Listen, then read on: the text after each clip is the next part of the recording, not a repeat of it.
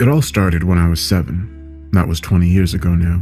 I was a curious kid, always out exploring our family's land, taking the trek out to the woods across the grassy fields.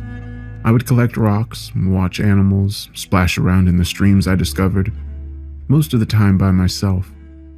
I didn't need company. I never felt lonely, or maybe that was just because I was used to being alone. My parents owned a farm, a vast, sprawling plot of land that stretched for miles in every direction. It was beautiful, and the golden sun accented the acres of mint-green cornstalks that lined our backyard. My father worked hard, spending his days tending the crop with the help of a few farmhands. My mother took care of the house and the occasional trip to town, stocking up on the essentials. They were a good team, and they loved each other very much. They loved the life they shared and depended on one another. During the school year, my mother or my neighbor would take me and Trevor into town for my lessons, alternating days. Trevor was my age and my only friend. During the summers, I didn't see him much. His own duties grounded him at his parents' farm 8 miles down the dirt road from us.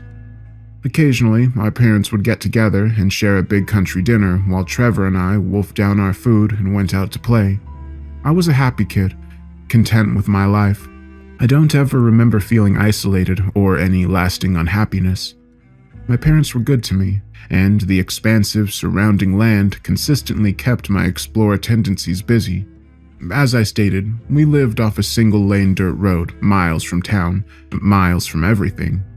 Behind our ranch-style house were the cornfields, rows and rows of stalks that reached out and touched the horizon. At least, that's how I remember it. I often worried about getting lost in the green labyrinth whenever I had to go fetch Dad for supper, the tight stalks towering over my head. In front of the house was a vast stretch of flat open grassland that expanded for a couple dozen acres before reaching the tree line where the woods grew dense. I loved to explore those woods. Most of my summers spent venturing deeper and deeper inside their sap-crusted guts. But this isn't about the woods. This is about the cornfields. This is about the house that suddenly appeared in the field across the street. Like I said, I was 7 when it suddenly appeared. I remember going to bed on a hot June night. When sleep finally came, it didn't last long. I woke up sometime in the night, my throat parched from the thick air. I went to get a glass of water, and as I passed my bedroom window, I saw it for the first time.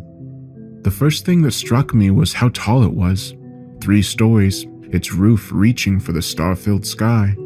It was the biggest house I'd ever seen up until that point. My hands gripped the windowsill and my nose pressed against the glass as my eyes took in this new wonder. It sat directly across the dirt road from our house, only a couple 100 feet from our front porch. It was painted dark black, or so I'd see in the morning, and it looked well kept. The dark windows were framed by hideous yellow shutters, looking like mold in the silent moonlight. It had no porch, just a single ugly door the same color as the shutters. I stared at it, my young mind growing excited at this new mystery. The following day already filling with thoughts of exploring. But of course, I couldn't. That was someone's house. Someone was living there. As these thoughts destroyed my enthusiasm, I remembered how badly I wanted to run and wake my parents and share with them what I was seeing. At the time, the concept of a house suddenly appearing across from ours was fascinating. I didn't think it was scary or even odd. It was just something that happened, and my young 7-year-old mind just accepted it. Eventually, I went and got a glass of water and went back to bed, mind buzzing with possibilities. The next morning, I bounded out the door, the sun only barely warming the sky with splashes of deep purple and puddles of soft pink. I raced to my window to make sure I hadn't been dreaming. The house still stood, dark and motionless. I thundered into the kitchen, almost knocking over my dad, anxious to show my parents. I felt like it was my own personal discovery, like somehow I was responsible for it being there. After my dad scolded me, probably irritated by my burst of early morning energy, I asked him if he had seen the house. He didn't seem to know what I was talking about as I hurriedly pulled him to the front door, my mouth running like a dirt bike. I flung the door open and pointed to the house, my feet padding down the steps of the porch. My father stopped in the doorway, eyes scanning the field, a look of confusion on his face. He looked down at me with a worried look and then back at the field. He scratched his chin and motioned for me to come inside, telling me to stop being ridiculous, that if I had this much energy, I could help him out in the fields today. He couldn't see the house. At that age, my mind couldn't wrap itself around that fact because, well, it was right there. I continued to point and tell him, but it didn't do any good. He was blind to it. This left me frustrated and confused. I didn't know why he couldn't see it. I wanted desperately for him to acknowledge what I found in the middle of the night, but no matter how much I talked and argued, it was of no use. I spent the day helping my dad in the cornfields. Shortly after breakfast, 3 of the usual farmhands arrived, and we went back out for the day's labor. If they could see the house, they showed no sign of it. I even asked Louis, the guy who had been helping my dad the longest, if he noticed anything on his way in. He ruffled my hair and said that seeing me up this early was the only thing he witnessed. I shook him off, getting angry as to why no one saw it. As I went about my chores, I couldn't stop thinking about the house, the looming quiet way it sat in the long grass, its 3 levels begging for investigation. I wanted to tell Trevor, but knew I wouldn't be able to today. He would believe me. He would be able to see it. I just knew he would. Trevor shared my sense of adventure, and I knew that the next time we played together, our time would be spent discussing and maybe even snooping around the house. There was such an air of mystery about it that I felt myself almost physically pulled towards it. I couldn't see it from my place amidst the corn, but I could tell you exactly where it was from any point that I stood. The sun tugged itself across the sky, one labored hour after another, and finally, my dad announced it was time to call it quits. I walked back to our house next to my dad, listening to him talk to the 3 workers about what needed to be done tomorrow and what time to come back in the morning. They plodded up the back porch and were met by my mother, who offered them all cold beers, which they took with big smiles. Feeling tired and slightly annoyed still, I walked around the side of our house, wanting another look at the green house with yellow shutters. I turned the corner and stopped dead in my tracks. The house was gone. I rubbed my eyes, convinced my mind was playing a trick on me. As I opened them again, the field still stood empty, the grass rustling like running water as a warm breeze rustled through it. I turned completely around, eyes searching in all directions, thinking that maybe I had misplaced the location it was in. Nothing but grass in front of me and corn behind me. I squinted and scanned the distant tree line at the far end of the field in front of my house, but nothing stood out. Feeling angry, I kicked at the dry dirt, knowing now that Trevor would never believe me. I'd wanted to show him so badly, desperate for anyone to acknowledge this unbelievable phenomenon. I remembered cursing for the first time then. After I did it, I nervously looked around to make sure my mother hadn't heard me. Her voice floated in the warm air toward me, and I felt relief wash over me as I realized she was still on the back porch. So I cursed again, kind of liking the way it made me feel tough. Sighing, I dejectedly shoved my hands into my pockets and rolled my head back to stare at the evening sky. The darkness of a storm was creeping in from the west, down the dirt road where Trevor and his parents lived. I watched as billowing black clouds piled over one another and felt the air wince as distant thunder shook it.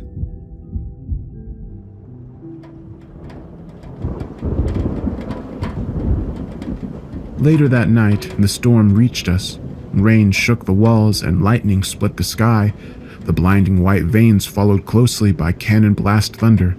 I sat in my bed, feeling a little afraid, contemplating whether to go into my parents' room or not. My dad was probably snoring through the whole thing, but my mom might be awake. I didn't want them to know I was scared though, because after all, I was 7 now. As another bone-shaking blast of thunder fell from the sky, I slid out of bed and went to my window, forcing myself to go and watch the thing that was scaring me. My dad always told me that brave men only get brave when they stand up to the thing that makes them want to run away. And so, I planted my feet firmly in front of the window and watched as nature crashed down around me. The wind was howling, causing the house to tremble, and I listened to the rain slam onto the roof, sounding like 1,000 galloping hooves. another bolt of lightning illuminating the land, its sparking suddenness causing me to blink. And then I saw it. The house was back. I frantically cupped my face against the glass, trying to see through the rain-streaked pane. I could make out its shape, a dark square hole cut into the night, and I waited for more lightning. My heart was racing, excitement bubbling up inside of me. It was back. I knew I hadn't imagined it. I wanted to go and tell my parents, loudly exclaim that I wasn't wrong, that there was a house across from us. The thought of waking my father in the middle of the night kept me in my room. After a few bated minutes, another flash lit the world, and I focused on the house in the brief second it was illuminated. The front door was wide open. Now, I don't know why, but I remember seeing that and feeling terror slowly begin to creep its way into my mind. I knew that something was wrong, that people don't open their front doors in the middle of a storm, but there it was, completely open, rain and wind pushing through towards the blackness inside. Unease wormed its way through my stomach, and I swallowed hard, suddenly aware of every shadow in my room. I gripped the windowsill and waited for more lightning. A few moments later, it came, bringing with it another glimpse of the house across the street. Something was standing in the doorway, staring directly at me. It was blurred by the storm, but I could tell it was big and looked like a twist of colors in human form. I dove from my bed, illusions of bravery shattered in an instant, and dug myself deep into the covers. I laid there shaking and feeling like I'd just seen something I wasn't supposed to. The next day, the house was gone again. Part of me was a little glad because it gave my young mind time to wrap itself around what I had seen. I kept replaying it over and over again, my imagination giving the human-shaped blur details and features, but whatever images I conjured were soon erased by the reality of my memory. And the reality was, I had no clue what I'd seen. I ate my breakfast in the kitchen, listening to my parents talk about the day's plans. My ears perked up when my mom told me that we were having the Harveys over for supper. I would finally be able to tell Trevor about everything. Excitement pushed away my cautious fears of the previous night, and I gobbled up the rest of my pancakes in a couple of bites. My father said he didn't need my help today, and so after I helped Mom with the dishes, I sprinted out the front door towards the woods. With the house gone, it felt like just another wonderful summer day bursting with early morning possibilities. Should I go swimming? Should I build a fort? Maybe once Trevor got here we could play Lewis and Clark. Whooping and hollering, my feet took me across the grassy fields towards the tree line. As I passed the spot where the mysterious green house had sat, I wondered what would have happened if it suddenly appeared with me running over its spot. Would I magically be inside it all of a sudden? Or would I be flung high into the sky as it came rocketing out of the ground? Feeling suddenly nervous, I put on an extra bit of speed and passed over where it had rested. The day passed in a blur of imagination and summer heat. I spent most of it splashing around in one of the streams, collecting rocks, and pretending I was fighting pirates. It was one of those days that shaped how I looked back on my childhood, where everything seemed just right, a day of make-believe and adventure. As I lost myself in whatever fiction I was enacting, the thoughts of the house faded further and further from my mind, burned away in the growing heat. The sun climbed to a blistering climax, then began the slow descent, dipping towards the horizon and fanning out in a pool of color that mixed in the sky like melting popsicles. Not realizing how late it had gotten, and also how hungry I was, I threw the last of the pebbles I had picked up into the stream and began to make my way back to our house. I wondered if Trevor and his parents had shown up yet. I looked up into the sky, trying to gauge what time it was. From the way my stomach was rumbling, it had better been time to eat. I broke through the tree line and was about to sprint the rest of the way when I stopped. The house was back, except something was different. The house was facing me. I felt unease creep across the ground and climb up my legs. This wasn't right. It was supposed to be facing my house. Why was it like this now? I swallowed hard, my own house now blocked from sight. I watched the windows, dark and empty, looking for signs of life, looking for signs of the thing in the storm. It was motionless. I began to make my way around it in a wide circle, keeping my eyes on the front door as I walked. I kept expecting it to burst open and some creature come charging at me, but it didn't. Nothing moved. Getting halfway around it, I made a break for my front porch. My legs kicked through the knee-high grass, shoes digging into the soft earth as I ripped my eyes away and focused on my destination. Panting, I clambered up the stairs, sucking in lungfuls of evening air. I turned around and almost fell over. The house was back to facing me. I stared for a moment, sucking air and waiting for something to happen. In my mind, the house was alive, some kind of living beast that watched me. I didn't know what it wanted or what its purpose was, but I was beginning to feel like it was dangerous. Turning away, I went inside. I was greeted with a savory aroma, a gentle heat filling the air with mouth-watering smells. I heard commotion in the kitchen, along with the rolling laughter of conversation. I walked into the dining room and was greeted from the stove by my mother, who informed me I had kept Trevor waiting. I said my muttered hellos to Trevor's parents, who smiled and returned my greeting before returning to the conversation with my parents I had interrupted. I went to the bathroom to wash up, followed by Trevor, who had been excitedly telling me about a fort he had been building in the woods by my house. I shared with him my adventures of the day, and together we began to make plans to sleep over at each other's homes, with hopes that tonight would be one of those nights. As I dried my hands, I asked him if he noticed anything on his way to my house. He looked confused, and so I led him down the hall to the front door. I opened it and pointed to the green house with the yellow shutters. Hesitantly, I asked him if he could see it. He chuckled and slapped me on the back, saying of course he could. Relief washed over me, and, closing the door behind us and stepping onto the porch, I began to share with him my strange experiences with the house in the field. His eyes grew wide, and a smile split his face in half. The longer I talked, the more I saw his eyes light up. He asked me if I had explored it yet or poked around the outside to see if I could get in. I shook my head violently, expressing the feeling of fear it emitted. I told him it wasn't safe, that something was wrong with the house.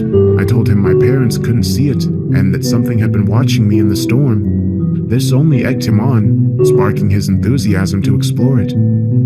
As I tried to talk him out of it, my father called me to set the table. Groaning, I complied, and the conversation ended there. Tucker helped me fill the water glasses, and soon we were sitting around a table filled with steaming food. I didn't care about the banquet in front of me. It was just an obstacle to Trevor and my playtime. Disregarding the hard work that went into the preparation, I dug in with a vengeance after my father said grace. My mother shot me a look or two as I proceeded to stuff my face, pounding the food down with mouthfuls of water. When my plate was clear, I looked across the table and saw Trevor was of the same mindset. I waited the appropriate amount of time and then asked if it was okay to be excused. My father waved us away, commenting on my poor table manners, but I barely heard him as Trevor and I shot for the front door. The sky was an expanse of brilliant deep purples and blues as the sun departed for the day. Stars twinkled above us like tiny candles, their light pulsing as the sound of night critters filled the air and sang up to them. Trevor and I sat on the front steps, giving ourselves a moment to let the food settle. We stared across at the dark house, waiting to see some flicker of life. The moon glowed in the deepening darkness, lighting the field, and joined in its efforts by a sea of blinking fireflies. Trevor was anxious to go look in the windows, expressing these desires in statements of bravery and courage. I shook my head, knowing that some mysterious malevolence shrouded the looming house. It was a gut feeling, a twisting in my stomach whenever I thought about the thing in the storm. After fruitlessly arguing with him, Trevor stood and announced he was going to go by himself and have a look. I snapped my eyes to lock with his and hurriedly voiced my opposition to the idea. No matter how much I pleaded, there was no changing his mind. He called me a big chicken and pranced around the porch, clucking and waving his arms. This did nothing to change my mind, and I continued to shake my head in disagreement. Sighing, Trevor ceased his antics and trotted down the steps to the grass. He gave me a wink and a thumbs up, telling me I was being a baby. I watched him walk toward the house, my heart beginning to beat faster. I felt like I should stop him, that I should tell my parents. What would they do? They would see him walking towards an empty field, and my dad would probably slap the back of my head. He was 30 feet from the house, his outline in the dying light nothing more than a black smudge of movement. I could hear him saying something to me, but his words were swallowed up by the night. 20 feet now, his pace was slowing. My mouth was dry and panic was rising in my throat. This was a bad idea. This was such a bad idea.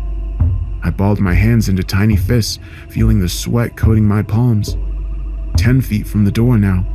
All was silent.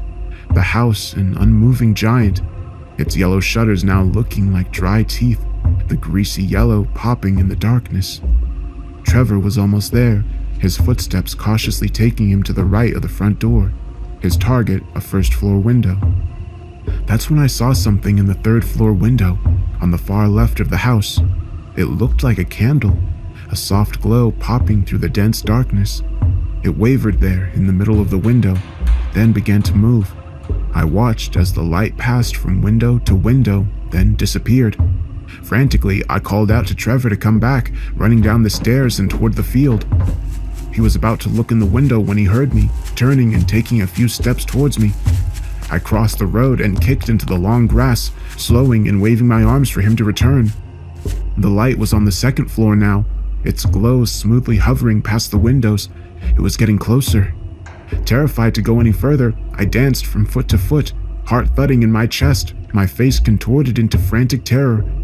Trevor was calling out to me, asking what was wrong. I screamed to him to come back, that something was coming, that he was in danger, and then I cursed at him. It was the only thing I could think to do to get his complete attention. Hearing me swear, he finally began to trot back to me, throwing a look over his shoulder. The light was gone, but as he made his way toward me, I saw it reappear on the first floor, shining in the window Trevor had been about to look into moments before. It stayed there, just floating in the darkness, and I felt something looking at me from the black. Trevor reached me, spewing questions. I grabbed his shoulder, spinning him around to look at the light. As soon as he saw it, the house went dark. We stood there, breathing heavily, unsure what just happened. I asked him if he had seen it, and he nodded slowly. We knew now that something was definitely in there. Something had seen us. I felt exposed, the plump moon working as a spotlight, making me feel like I was on a stage that was watched by whatever was in that house. We turned and ran back to my house, both of us sharing silent guilt that we had done something we shouldn't. The fear of being found out, the anxiety of getting in trouble flooded us as we scampered up the porch and pushed our way back inside. I should have told my parents something at that point. Even if they didn't see the house, I feel like I should have tried to explain it to them. Maybe a shred of my honesty would shine through and give them a sliver of belief. But I didn't. Neither of us did. We knew that snooping was wrong, and we'd get in trouble if they did in fact believe us. As we took our places at the table, now filled with hot pies, Trevor and I exchanged a look that vowed complete silence. Our parents asked us why we were back so soon, Trevor's mother joking that the smell of dessert was the cause. I didn't feel like eating, my stomach a mess of knotted emotions, but I dutifully shoveled steaming cherry pie into my mouth, barely tasting it. I was afraid they would find out, that whomever was in the green house would suddenly knock on the door and tell our parents what we had done. It was the illogical fears of a child, the haunting giant that loomed over every kid's life, getting in trouble. After we finished eating, I asked my parents if Trevor could spend the night. After some discussion between the adults, they agreed, extending the stay to 2 nights. Apparently, Trevor's dad needed to borrow our tractor, but we needed it for just a few more days. So, when the tractor was available, my dad would drive it down to them along with Trevor. My fear subsided a little, the excitement of 2 whole nights together causing the unease to fade. We whooped for joy and jumped around the house, cut short by a bark from my father to settle down. We scurried up to my bedroom and began to make plans for the stay. With so much time available, we decided that tomorrow we would begin construction on a tree fort in the woods. Crude sketches were made up in crayon, both of us lying on our stomachs on the floor, our heads knocking together as we crammed around the piece of paper we were drawing on. Storylines were spun as to who we were and why we needed to build a fort, our vast imaginations manufacturing motives and villains. It was exciting, our conversation fueled by sweet pie, and I felt like I could burst for joy. Looking back, it was one of those feelings that you only get as a kid, where everything is perfect and it's just you and your buddy with the whole world to play with. Eventually, we heard his parents call him to say goodbye, making him promise to behave and listen to my mom and dad. As I waited for him to come back, I glanced out of my bedroom window. The house was gone again.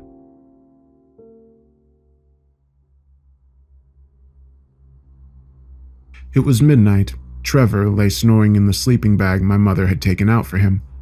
He was curled up, his head barely poking out of the opening. I didn't know why I was awake. The house lay silent, my parents long asleep. Even with Trevor there, I remember feeling scared, like something was in the room beside us. I looked towards the corners, the closet, my cracked bedroom door.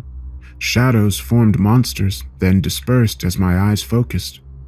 I thought about waking Trevor, but didn't want to be called a chicken again. I felt exposed, like something was watching me, like something at the window was watching me. I chanced to glance at it, but the moonlight was the only thing that trickled through. No eyes, no faces pressed to the glass, no candle hovering in the darkness. As soon as the thought crossed my mind, I felt a shiver run down my back. I didn't want to be thinking about that when it was dark and everything was so silent. Something was drawing me to the window, though. I could almost feel a physical pull towards it, goading me to go to it. I resisted at first, but knew I wasn't going to be able to fall back asleep until I had done so. Quietly, I slipped out of bed, being careful not to step on Trevor's head. I tiptoed toward my window and felt dread begin to rise like bile. With every step, my mind repeatedly begged me to go back to my covers. Over and over, the thought ripped through my mind. Don't look, don't look, don't look. I reached the window and looked out, and I felt a scream rising in my throat as I slammed my hands over my mouth. My heart was a wild drum in my chest, and I felt myself grow sick with gut-slamming fear. To this day, thinking about what I saw that night fills me with horror. The house was back, standing where it always stood, dark and silent, but something massive was peeking at me over its rooftop. Its head was enormous, spanning almost the entire length of the house. Its almost human eyes were terribly wide with sick excitement. Two colossal hands gripped the roof, making the whole thing look almost like how a child would peek over a table. It made the night look white. The darkness that colored its mass almost burned to look at. Two white eyes punctured through its black human-shaped head, shining like two full moons, its irises were the sharpest crimson, almost neon in the way they glowed. Just visible over the peak of the roof was its mouth. It was grinning, its massive square teeth practically exploding out of the shadows of its coal-black face. They radiated like its eyes did, their bleached white starkness accenting just how inky black the rest of its head and hands were. It was frozen in place, the whole world melting away like burning wax. My eyes locked with its, my eyes locked with whatever it was, and its smile widened. It never blinked, those two perfectly round gleaming eyes reaching into my brain and ripping up every fear I ever had. I waited for something to happen, feeling like at any second I would scream or pass out. It just watched me, smiling, its mouth stretched to immense proportions. Its long, ebony fingers shifted on the root every few seconds, like it too was waiting. Then, something said my name from the crack in my bedroom door. I spun, a scream already halfway up my throat. From the partially open door, I saw an impossibly large eye and half a mouth smiling at me, one midnight black hand reaching inside to grip the wood.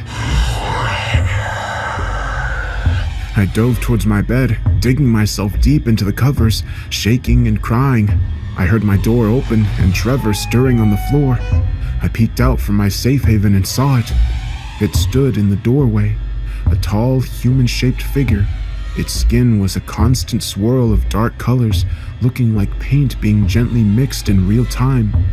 Its face, the same liquid texture with one giant eye popping in and out from the surface. The mouth faded in the same manner, a constant twisted grin emerging from its hidden face. And then it spoke. Its voice was one of many. Its voice was one of many at the same time, sounding like a collection of vocal cords being filtered through running water. Come with us. I shrunk down into my sheets, every ounce of my being trying to scream, but the sound was caught in my throat, choked back from fear. I heard movement, and then a thump followed by a silky, dragging sound. I shifted in my cotton force field, sweating and trembling, needing to cry out for my parents. I chanced another look to see if it was gone. My room was empty, and Trevor was gone, along with his sleeping bag. Ripped myself free from my bed, heart thundering. I heard my friend from the hallway begin to wake. I couldn't make out what he was saying, but it was muffled and confused. Then his tone shifted, and I could hear panic begin to blossom like a black rose. I begged my parents to wake, shutting my eyes and willing it to happen. I heard heavy footsteps and the dragging sound retreating down the hall. I heard him begin to cry, his voice soft and muted. The front door crashed open, causing me to jump and emit a tiny squeal. I heard the sound of the monster and Trevor receding. I read my window, feeling tears begin to form in my eyes. The monster had Trevor trapped in his sleeping bag, dragging him down the porch and across the field towards the house. Death Black Giant looked down at them, his teeth shining in the moonlight, crimson eyes ever wide with excitement. The monster who had Trevor didn't look back as it continued its march across the field. I watched as the front door opened on its own, the darkness inside seeming to ink out into the night. Finally, I screamed. I screamed till I couldn't scream anymore, my voice cracking in high-pitched horror. I heard my parents wake from their room in the back of our house as the monster entered the greenhouse. Dad came charging into the room. I watched Trevor squirming frantically in his sleeping bag, then disappear as the door was shut behind him. In that horrible house with that thing. It grabbed me by the shoulders, shaking me, asking me what was wrong, what happened. Tears running down my face, I took one last look at the house in the field. It vanished. That was 20 years ago. That night, my parents called Trevor's parents and then the police. I explained over and over again what I'd seen, but no one believed me. It was chalked up to a kidnapping, and over the next couple of months, a thorough investigation was initiated. Trevor's parents never spoke to mine again. Never reappeared, neither did Trevor. It was until 2 days ago. Phone call at work from the office, telling me they had found someone. A child, they said. The child knew me and kept asking for me from his hospital bed. They said that my name were the only words they would speak. I thought about that house in the field, or Trevor, in years. As soon as the policeman finished, I knew who the mysterious child was. Trevor. I rushed to the hospital, heart a disjointed mess of frantic thunder. Questioned by the police on my arrival, asking me for my full name, date of birth, and where I worked. When they seemed satisfied, they told me I could see the child under police supervision. Something was off, though. They all seemed quite shaken. As I was about to enter the room Trevor was in, the officer escorting me placed a hand on my shoulder. He told me to prepare myself, that what I was about to see might be upsetting. Confused and a little unsure, I pushed into the room. A child laid above the sheets, his small body rising and falling with labored breath. His size was the only way I could discern his approximate age. His entire form, from head to toe, was covered in a pure white glaze. His eyes, his mouth, his shining hairless head, everything. He looked like a mannequin made from snow-white yogurt, but hardened and sleek. Head turned to me, and then it said my name. I recognized the voice instantly, memories of my childhood collapsing like an avalanche of nostalgia. It was Trevor. Went to his bedside, pulling up a chair, hands shaking as they reached out to touch his. My voice cracked as I said his name, my mouth suddenly dry. I asked him what happened. How long has it been? 20 years. It can't be. It will happen soon. What will happen? They're coming. Who? The Grins. They took my youth away. They will come as children. You talking about what happened all those years ago? About the monsters we saw? They will come as children. They will come between the colors. From between the colors, they will come as children. Please, help me understand. Where did you go? What happened in that house? They took me between the colors, took my years away from me, took all those children's years away from them. All of them. So many houses, so many children. They're ready. They will come now as children. Who is coming? The Grins. You mean, what are the Grins? Do you mean that thing we saw in the house? Please, help me understand. They will walk among us, waiting till they have grown, waiting to reveal themselves. The darkness, red eyes, oh, such red eyes. They will come as children, and we will see them smile. We will watch them grow. The Grins, they will eat everything. They will eat the world out of existence. Point, Trevor went into a fit, his body convulsing and sputtering. I was hurriedly shoved out of the room as the nurses went to work, trying their best to calm him. The police told me I would need to leave for the day, but that someone would be by to question me. Died later that night. I don't know what happened that night my friend disappeared into that house. I don't know where he was taken, what was done to him. I'll never know. But what I do know is that it was real. I can't explain it. I can't make sense of it. But the coal-black giant with red eyes, that thing that came into my room, those were real. Trevor's final words stuck with me. They made me afraid. There was such conviction in them, such sureness. They're ready. They will come as children. I pulled out my phone and dialed my wife. I needed to know what my son was doing.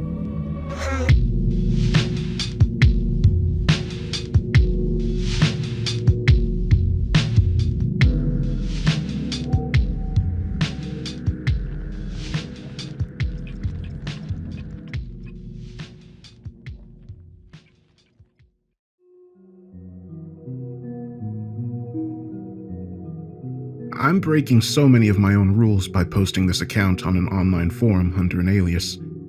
In my long, and dare I say it, distinguished career as a freelance investigative journalist, I have never taken such an action, nor have I ever published a story without first checking and double-checking my information. In actual fact, I only have one source for the majority of the stories I plan to recount. One man who was branded a maverick and lunatic by the authorities. The people in power who were so eager to silence him. I'll confess that I was very cynical when I first heard the old seaman's outlandish tales. I've never been a believer in the supernatural world and have based all my beliefs on hard scientific facts, but recent events have changed my mind, and my source is a man I've grown to trust. Even so, I wish I had the opportunity to further investigate the claims made and obtain conclusive evidence, but alas, I fear my time is limited. The government may come after me. Certainly, they have the incentive to silence me. Still, during my career, I faced down many petty bureaucrats, secret policemen, and tin-pot dictators.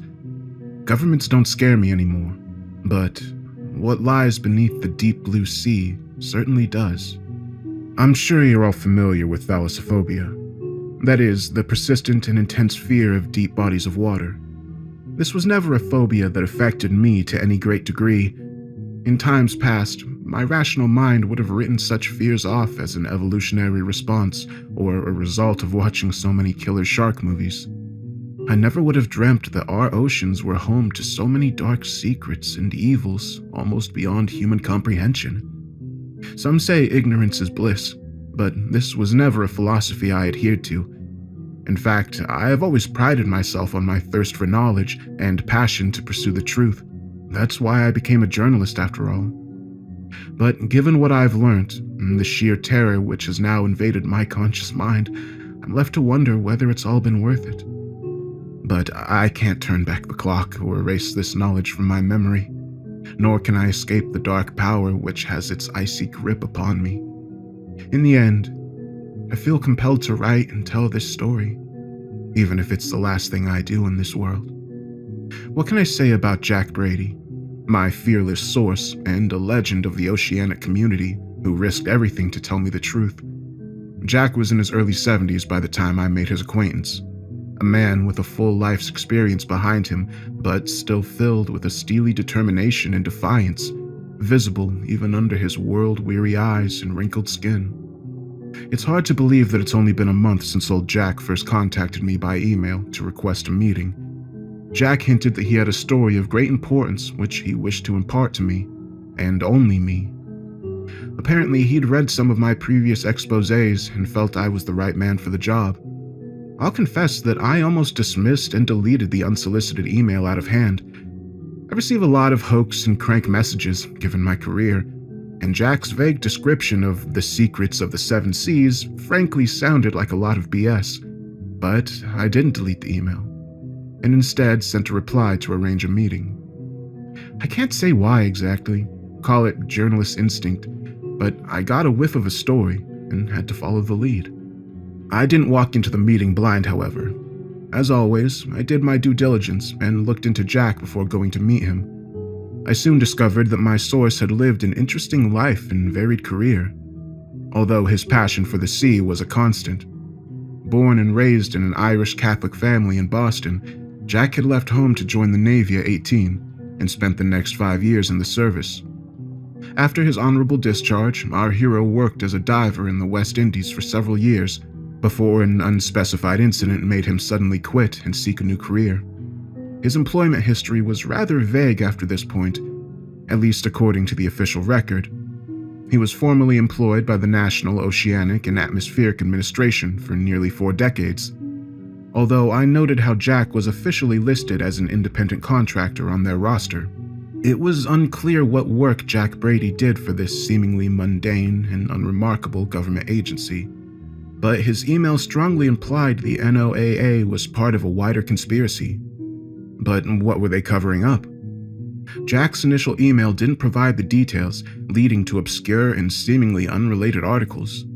I read a collection of news stories, scientific journals, and Wikipedia articles which covered everything from biblical sea monsters to the lost city of Atlantis and unexplained underwater sounds. I could only see one thing which linked these stories together, and that was Jack Brady's lifelong passion, the 7 Seas. We met in a spit and sawdust bar in the Harbor District, the type of place where the patrons glared at you suspiciously when you entered. I found Jack sitting at the bar, nursing a large glass of whiskey. His appearance was much as I would have expected. Jack was a large man, not overweight but well built. I noted an old scar across his right cheek and how his deep blue eyes were focused despite the alcohol he had already consumed. Jack greeted me coolly, shaking my hand firmly and nodding his head. He offered me a drink, which I politely declined, and motioned me over to a corner booth where he said we could talk in private. For whatever reason, Jack refused to let me record our conversations, but I didn't want to miss anything, so I snuck in a handheld recorder. I started by asking him questions about his upbringing and early career, just to get a feel for the old-timer. His answers were short and to the point. He'd grown up in a seafaring family and was taught to sail at an early age. Jack said little about his time spent in the Navy, only saying that he'd served as an enlisted sailor on a destroyer and was deployed to the South China Sea during the fall of Saigon. It was clear that he didn't wish to talk about his personal and family life, but he was keen to recount a story from his time working as a rescue diver in the Bahamas. The 13th of July, 1982. I'll never forget the date. I know it's a cliche, but that was the day which changed my life forever. I got a call that morning from the Nassau police asking for my help with a body recovery offshore. A fisherman had reported seeing a corpse standing upright in the shallow waters. Standing upright? I interjected in confusion. Yeah. His feet were encased in concrete. Real mafia shit. Sleeping with the fishes, you know? I raised my eyebrow in response. Wow, that's unusual, no? Not really, Jack responded with a simple shrug of his shoulders before he took another swig of whiskey. At the time, we were right in the middle of the busiest drug smuggling route in the Western Hemisphere. Drug runners have disputes and corpses end up in the water. Body recoveries were pretty common. The circumstances were strange, but it was only once I got into the water that I realized something wasn't right. How so? I asked, my interest now piqued. Well, it was a hot day, temperatures in the high 90s. The water should have been warm, but when I made the dive, it was ice cold. I remember shivering once I breached the surface. It made no sense, but things only got weirder from that point. He paused again and took another gulp of hard liquor. I guess Jack needed the Dutch courage to continue, and I noticed how the color had drained from his face. The body wasn't deep, only 20 to 30 meters down. We weren't far from the shore and the water was crystal clear, and so I could see the body from the surface. So despite the warning signs, I made the dive. Like I said, the water was impossibly cold, but there was something else. There were no fish anywhere in the vicinity. Now, I've dealt with a lot of body recoveries, and when a corpse is underwater for any length of time, it's going to attract scavengers. The bottom feeders come first, and the bigger predators follow once they smell blood in the water. Nature takes its course, and before long, nothing's left but bone and cartilage. But on this dive, there wasn't a living thing to be seen. I was puzzled by the direction the story was going, but also intrigued. I noticed how Jack's voice had lowered in volume, and he appeared reluctant to continue his account, so I had to prompt him. "Go on," I whispered. Jack broke eye contact, staring down at his glass before continuing. Like I said, I made the dive and I saw the body close up. I already told you about his feet being encased in concrete. I don't know who did that to him, but I guess they had their reasons. The body was male and about 6 feet in height. That's about all I could tell about the victim. His clothes were ripped and torn and his flesh was rotting. There was no evidence that any animals had feasted upon him, but nevertheless the man's body was falling apart. The decomposition was advanced and it seemed like the corpse had been in the water for a long time. But this made no sense because the body had only been seen and reported that morning. The victim wasn't in deep water and was visible from the surface, so there's no way it could have been missed for any length of time. I was puzzled by the body's condition, but my main concern was how to get him up to the surface. I knew I'd need specialist equipment to do so and was preparing to ascend back up and return to my boat. But then I saw it, and my whole body just froze. "What did you see?" I asked impatiently. Jack finished the rest of his drink before he answered, his voice shaking as he spoke. The dead man's eyes were closed, and then suddenly they weren't. He opened his eyelids and stared straight at me. God, those eyes. They were like nothing I've ever seen in my life. Jet black and soulless, truly monstrous eyes. I was frozen for a long moment, not believing what I was seeing. But there was more. The corpse opened its mouth and revealed a gaping black hole, which to me looked like a portal to hell itself. Water seeped into his mouth and I think he was trying to scream, but the sound was muffled underwater. He couldn't move his feet, but the monster reached out towards me with his bony, claw-like hands. Thankfully, I was just out of his reach, but I stumbled backwards and fell down to the seabed. The monster was still screaming, desperately trying to get at me as his black eyes burned with pure hatred. Well, what can I say? I got the hell out of there and swam back to the surface, leaving the raging monster trapped on the seabed. I reported what I'd seen back to the Nassau police, and the investigating detective looked at me like I was crazy. I began to think that I just imagined the whole incident. Had I hallucinated it? Was I going nuts? I did doubt my own sanity, but then the police sent out another diver, and I guess he had a similar experience to me. In fact, I believe he was injured during his dive as the monster clawed through his suit and skin. After that, the situation escalated. The local authorities didn't know what to do with that creature, and so an expert was called in from the States. I don't know for certain what happened next, but I believe the US government extracted the creature and transported it back to the States. Why? I can't say, and frankly, I don't want to know. Jack's first account ended at this point. I'll confess that my initial instinct was to burst out in laughter, but thankfully I stopped myself after reading Jack's tense body language. I could tell that he wasn't deliberately trying to mislead me or waste my time. His story was ridiculous and surely impossible, but he seemed to genuinely believe this incident had occurred. I imagine he'd hallucinated the encounter with the undead being on the seabed. Perhaps there had been something toxic in the water, or maybe he was suffering from PTSD as the result of his military service.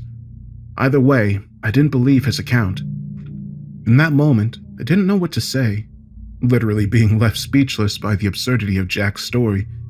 In the end, it was Jack who broke the awkward silence, as it seemed he could read my mind. You don't believe me, do you? You think I'm full of shit. He looked me straight in the eyes as he asked his loaded question, and I suddenly felt very uncomfortable. I'm sorry, Jack, but it's just not plausible. I'm a professional journalist, and I don't chase after ghosts and ghouls. Jack smirked and shook his head, but he still maintained eye contact across the table. That's okay. I didn't expect you to believe me. Not at first, anyway. And I don't have any physical proof for this story. But I have many more accounts to tell you and the evidence to back them up. I'm happy to share what I've got, but I appreciate there's a leap of faith needed on your part. If you want to walk away, I won't hold it against you. No harm, no foul. But if you want to dig deeper, you have my contact details.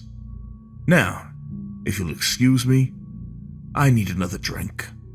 I left the bar soon after, my head spinning from the bizarre encounter. I'd seen and heard some crazy things during my career, but never anything like Jack's story. Normally, I'd write off any tales of the paranormal out of hand, but there was something about Jack Brady which impressed me. He didn't seem like your average fantasist or crackpot, and I couldn't help feeling there was an actual story here. I did do my research into the Bahamas incident, but found little to back up Jack's account. My attempts to reach out to the Nassau police came to nothing, but then Jack had claimed the incident was covered up by the authorities. I did find one short article in an archived newspaper which confirmed that a body had been reported at that location on that same date. What I found interesting was there was no follow-up stories in the paper, which one would have expected to see if there was an ongoing investigation. I had experience in this field, and the whole thing did stink of a cover-up and media suppression. I think this is what persuaded me to get back in contact with Jack and arrange a second meeting. I still didn't think he'd encountered an undead ghoul off the coast of the Bahamas, but I did believe he had an insight into a world of secrets and conspiracies. Our next meeting took place on a sunny afternoon at the marina. As the two of us walked along the dock and looked out at the sea, Jack was keen to show me his sailing boat, a beautifully crafted and maintained 25-footer called the Nautilus, its name neatly emblazoned upon the ship's hull. "Yeah, she's a beauty," I said enthusiastically while noting Jack's pride. "Will you take her out today?" Jack's face turned pale upon hearing the question, and I wondered what I'd said wrong. There was a tense pause before Jack finally answered, and I noted a terrible sadness in his voice when he spoke. No, I haven't been out to sea since my retirement. I doubt I ever will again. Really, I should sell the old boat, but I just can't bear to be parted from her. I really didn't know how to respond to this statement, but I filed the information away for future reference. Whether Jack's experiences were real or imagined, it seemed clear he was suffering from significant trauma. We walked back down the dock and took a seat on a bench under the warm sun. It was then that Jack told me about his career change following the incident in the Bahamas. The Nassau job was a good gig. Sure, I saw some bad stuff, but I also saved a lot of people and did some good. And it was a beautiful place to live. A real tropical paradise. If it hadn't been for the incident, I might have stayed down there indefinitely. But seeing something like that changes a man. It's like my eyes were opened and suddenly I could see through the looking glass. I was also intrigued by the expert they'd called in to deal with the creature I'd encountered. The fact that a team had been sent from my home country suggested this wasn't a one-off incident, and our government knew what was really going on beneath the surface, and, as it turned out, my suspicions were well-founded. I started asking questions through my military contacts. I guess it was pretty foolish to be poking my nose into dark places and shadowy government agencies, but thankfully the men in black didn't come to arrest me and ship me away to an off-the-grid prison. Quite the opposite, in fact, because I received a phone call offering me a job. I raised my eyebrow, but couldn't help but feel excited upon hearing this revelation. Was this the government conspiracy I yearned to hear of? The call was from a Mr. Smith, and no, I'm not kidding. That was really his name. Andrew Smith worked for the NOAA, which on the surface was a pretty dull civil service job. But Andy headed up a department which wasn't officially on the books. In fact, their entire existence was and still is denied by the federal government. The section Smith managed was called the Oceanic Special Investigation Unit. Again, it's an innocuous name, but what this unit does is extraordinary. So this guy gave you a job? Yeah. He'd heard I'd been asking questions and looked into me. I guess Andy saw something in me and reckoned I could help him out. He was the expert they brought in to deal with the ghoul in the Bahamas. His team successfully captured and contained the creature before handing it over to the military. He doesn't know what happened to it next, and nor do I. Hell, the zombie could still be locked up in Area 51 for all I know. But my intuition was correct. There are a lot of unexplained mysteries and phenomena in the world's oceans, and the OSIU is tasked with investigating them.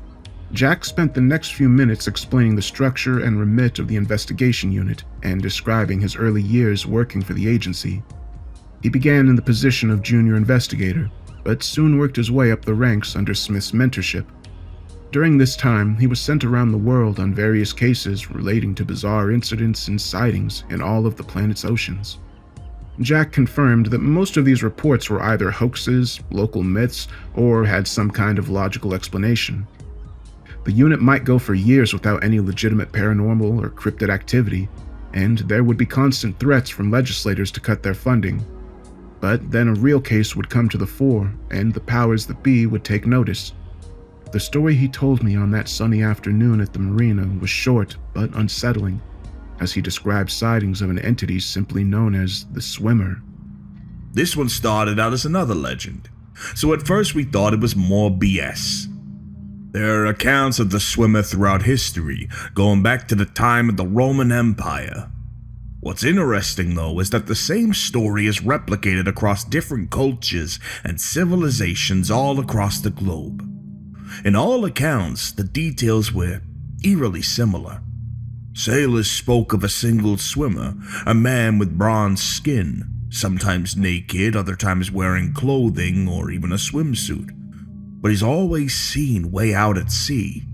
I mean, sometimes this guy's hundreds of miles from the nearest land, way too far for any normal human being to swim.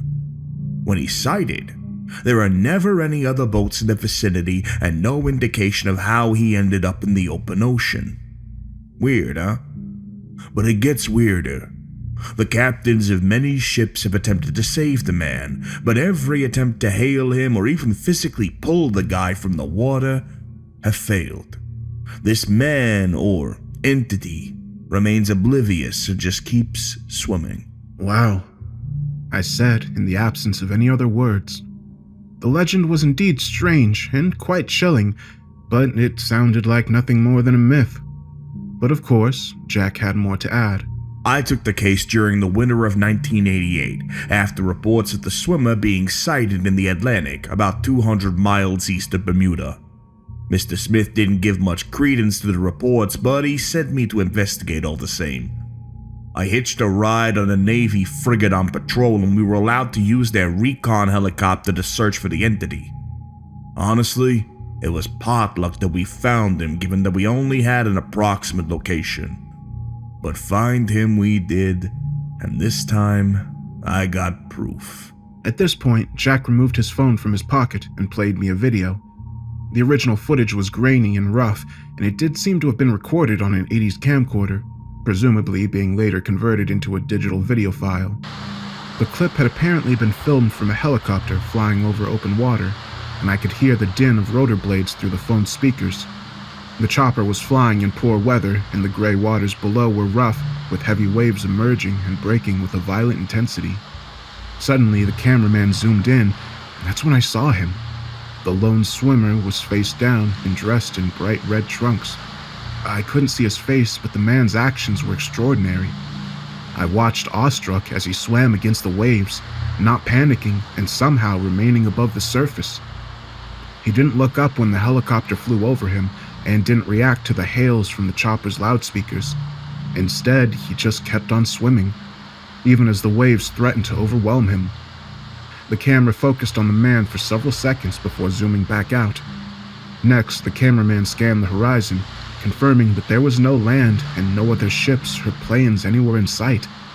All I could see was endless ocean in every direction, and then the footage abruptly ended.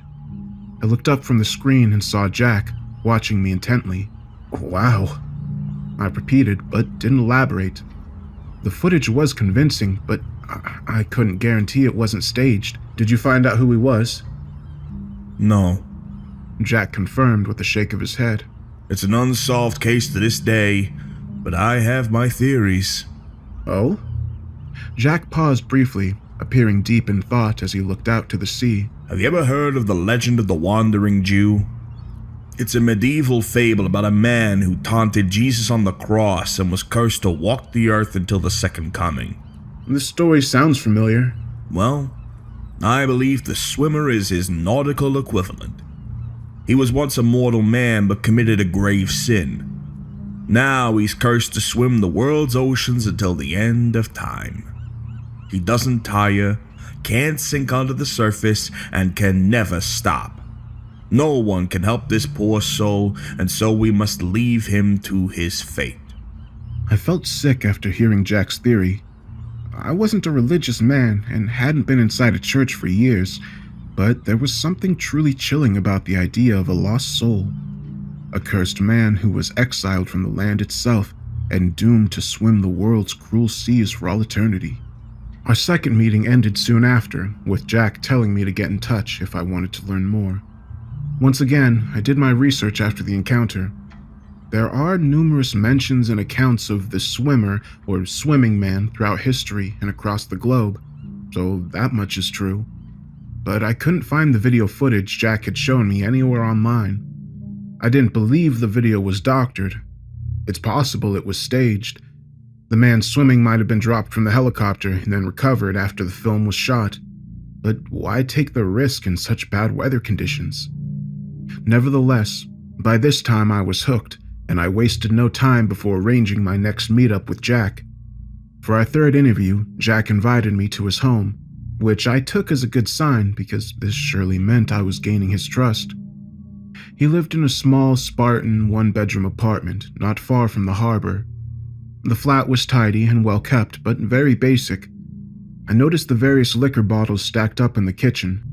He offered me a cup of coffee, which I accepted. We sat in his small living room, and I noted the collection of well-thumbed books on the shelves. As one would expect, Jack owned many publications on sailing and naval history, but I noticed other editions on such diverse topics as religion, philosophy, and mythology. I was also surprised to see a pristine copy of the Bible sitting on the coffee table. Jack hadn't struck me as being the religious type, but perhaps what he'd been through had changed his outlook. As for me, I was intrigued but still cynical, yet to be persuaded by Jack's outlandish tales. I watched as Jack set up his TV to stream a video from his phone, and was mildly impressed to see a man of his age who was tech-savvy. He didn't play me the video straight away, instead offering me an explanation. I apologize that I'm not able to share this file with you. The same goes for the swimmer footage. I'm not meant to have these videos, and I'm certainly not allowed to show them to journalists. I'm breaking multiple federal laws by just talking to you now. Call me uncommitted if you will, but I don't want to spend the rest of my life in prison. If and when I die, however, that's a different story. I'm happy to bequeath all the evidence I have to you on the condition that you break this story wide open. Okay, I answered, not quite sure what else to say. Jack leaned in close before asking his question. Well, friend, I'm sure you've heard of the lost city of Atlantis. This time, I couldn't help myself from laughing at the absurdity of his question. Sure, but don't tell me you guys found it. Jack shared in my amusement. No, I'm afraid not. That would have really topped off my career, don't you think? No, we didn't find Atlantis. But we did discover and explore another legendary city which was lost beneath the waves. An ancient city whose very existence challenges everything we thought we knew about human history. With that cryptic introduction, he pressed play on his phone, and the video was beamed onto the TV screen. What we saw was footage from an underwater camera, seemingly attached to a small submarine. It's a remotely operated underwater vehicle, or an ROV. The footage was taken in 1996, and the technology was state-of-the-art at the time. The film continued as the sub navigated through the dark waters and was clearly far below the surface, with the main source of illumination coming from the lights attached to its frame. The sub continued its descent towards a large number of stone buildings which were inexplicably spread across the seabed. The site was substantial, and I could see a number of smaller, flat-roofed buildings surrounding a trio of large pyramid-type structures. Clearly, we were observing a lost city on the ocean floor, long abandoned by human beings and left to sea creatures and deep water predators. I continued watching the extraordinary footage, awestruck and mesmerized by what I was witnessing. I'd never seen a sight like this before and couldn't help but ask the question, where was this footage taken? The Mascarene Plateau, northeast of Madagascar and west of the Seychelles. This location is about 150 meters below sea level. My jaw dropped as I continued to watch the submersible's camera as it approached the largest of the city's pyramids, perhaps 50 to 60 feet tall, built with stairs ascending to their summits. I'm no expert in ancient history, but I've never heard of a lost city in this region. No, you wouldn't have done. There is no official written records of this civilization ever existing. In fact, all of the historical and geological records say this city shouldn't be there. And yet here it is. What did you learn about this site? And why was the discovery never made public? Honestly, we don't know much. The archaeologists can't explain the structures and pyramids. They say the building designs include aspects from several different ancient civilizations. Egyptian, Mayan, Cambodian. It seems that this sunken city predates them all. It could be tens of thousands of years old, and yet the structures are remarkably well preserved. As for why we didn't make it public knowledge, well, the reasons will become apparent. He pointed back towards the screen as the ROV descended into a small open entrance which led inside the submerged pyramid. As the remote-controlled submarine was navigated through a tight corridor inside the pyramid, its headlamps illuminating the path as it dove deeper into the guts of this structure. What really interested me was the mosaic-like pictures displayed on the corridor walls, images which apparently told the story of this lost civilization's disturbing and violent history. I saw depictions of robed priests standing on top the pyramids, torrential rains falling upon them as the holy men used knives and daggers to slaughter chained prisoners, the blood of their victims flowing down towards the waterline.